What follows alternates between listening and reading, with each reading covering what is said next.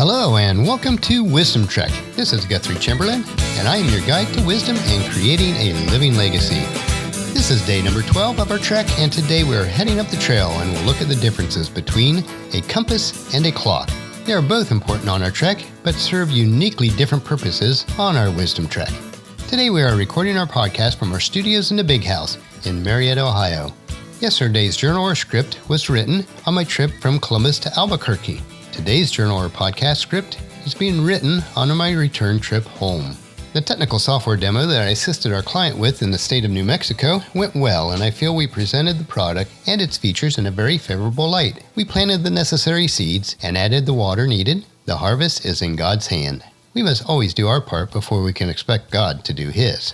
I have come to realize that wisdom is gained by our varied experiences that we have in our lives. Some of these experiences may be great, and some not so much. As long as we learn from these experiences and apply these lessons to our lives in a positive and practical manner, then these experiences are useful. Life is not always easy, since sometimes it is just plain difficult, but our growth would be very limited if it were easy all the time. Friction is how the hardest of stones becomes smooth. As Paul and I share our personal life's experiences and the lessons we have learned, our objective is for you to get to know us better on a personal level so that we can be your guide, your mentor, and your friend. If you'd like to know more about us, please ask us questions on wisdom-trek.com about us. We'd like to get to know you better also, so please feel free to share with us on our Contact Us page on the website, or email me at guthrie@venturecg.com and I'll personally respond to any inquiries. During the first 12 podcast episodes, we've set up base camp, we established 7 habits and guidelines, we learned about the 9 tools we needed for our trek, and we built our trek cabin with its 7 columns. It's now time to head out on our trek, to begin to scale Wisdom's mountain, and to work towards creating our living legacy. Each day we will learn from life, pause to reflect, and apply what we see and hear to gain this wisdom. As we head up on our trail today, let's examine or visualize that we have 2 objects in our hands. In our left hand we have a compass, and in our right hand we have a clock. Let us inspect these closely to see how each one will assist us on our trek today. The compass and the clock will only bring value if we know how to use them properly. These are 2 very important tools, but for 2 very different purposes, and we do not ever want to confuse the 2. To bring our illustration today, we want to look at a true story of Roald Amundsen and his trek to be the first team to reach the South Pole in 1911. His destination was known from the very beginning, and that never changed.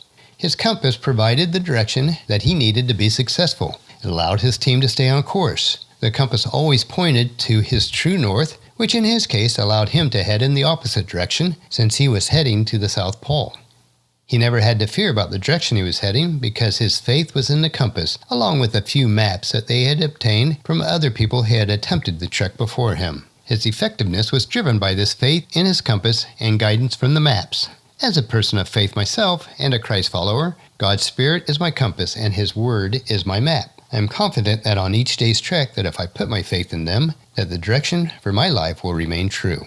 Not every day is easy. Some days will be bright and clear and we'll be able to see for miles. Other days will be shrouded with fog and we can easily lose our way.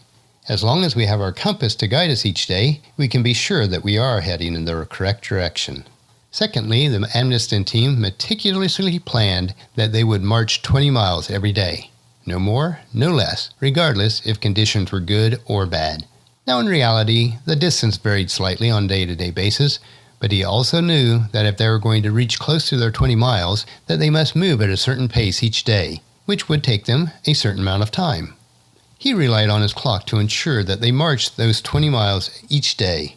Roald Amundsen knew that the time allotted would allow them to meet their goal. He determined to be efficient with each day. To learn more about the Amundsen's 20-mile march, I suggest that you read Great by Choice, written by Jim Collins. It seems that our lives today are so driven by the clock that we forget to use our compass. Our days are so jam-packed with activities that we lose perspective of what our overall destination really is. We have become a world that is efficiently ineffective. We must use both the compass and the clock to be effective and efficient. To gain wisdom and to build a living legacy, we must keep our eyes on the summit while we plan what each day's activities will entail. A compass provides a sense of direction, purpose, vision, perspective, and balance, while a clock measures duration and the expenditure of time. Both are very important. A compass determines our effectiveness on how well we will stay on the trail and head in the correct direction toward our destination, while a clock helps us to regulate how far we will travel each day. If we attempt to be overly efficient by completing too many activities, then we will burn out before effectively reaching our destination.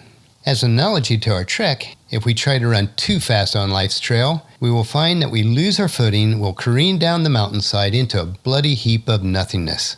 As this applies to our daily tasks, the compass helps us to be effective while doing the right task, and the clock helps us to do those tasks efficiently. Each one has its place, but the compass must come before the clock, therefore effectiveness before efficiency. The mega priorities of our compass, or our destination, governs the mini priorities of the clock, or our daily task. Now, as a Christian, I look at it in this manner. To surrender our time to God is to be governed by a compass rather than controlled by a clock. A compass, therefore, becomes a symbol of our internal guidance system that provides us with the values and convictions which might happen to be based on God's indwelling Spirit and God's Word.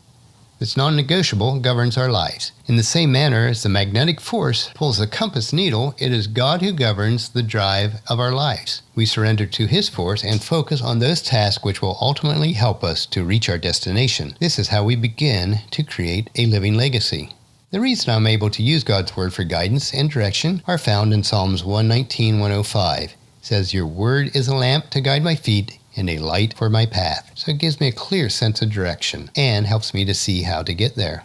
Let's keep balanced in life by effectively using the compass to guide our overall direction while we daily use the clock so that we can be efficient. As listed in the book of Ephesians, chapter 5, verses 15 through 17, so be careful how you live. Don't live like fools, but like those who are wise. Make the most of every opportunity in these evil days. Don't act thoughtlessly, but understand what the Lord wants you to do. Well, that'll finish our podcast for today. Tomorrow we will see that how far we go and grow in life is determined by us and what it takes to create a great day every day. This can be challenging at times, but certainly not impossible. So please check into camp tomorrow for another day of Wisdom Trek, Creating a Legacy. Today's tool is our full-colored PDF of our compass and clock as a reminder listing our priorities in life. It can be found on our free resources page at wisdom-trek.com/resources. I also encourage you to leave a discussion topic, comment, suggestion, or question about the podcast on the comment form for wisdom-trek.com/day12 or email me at guthrie@venturecg.com. If you'd like us to discuss any of these topics or answer any questions during our podcast, please let us know. We'd love to have the interaction from our members of the Wisdom Trek team. And as always, if you haven't done so, please subscribe on iTunes, Stitcher, or your favorite podcast player of choice, where we also have subscribe to buttons on Wisdom-Trek. And what's very important is that you leave us a rating on each episode. This would mean so much to us, and spread the word to everyone you know to join us on our Wisdom Trek. I would appreciate it, and thank you ahead of time. Check out wisdom-trek.com for our daily journal, wisdom nuggets, and free resources. And as we take this trek together, let us always live abundantly or fully, love unconditionally, listen intentionally, learn continuously, lend to others generously, lead with integrity, and leave a living legacy each day. This is Guthrie Chamberlain reminding you to keep moving forward, enjoy the journey, and create a great day. See you tomorrow.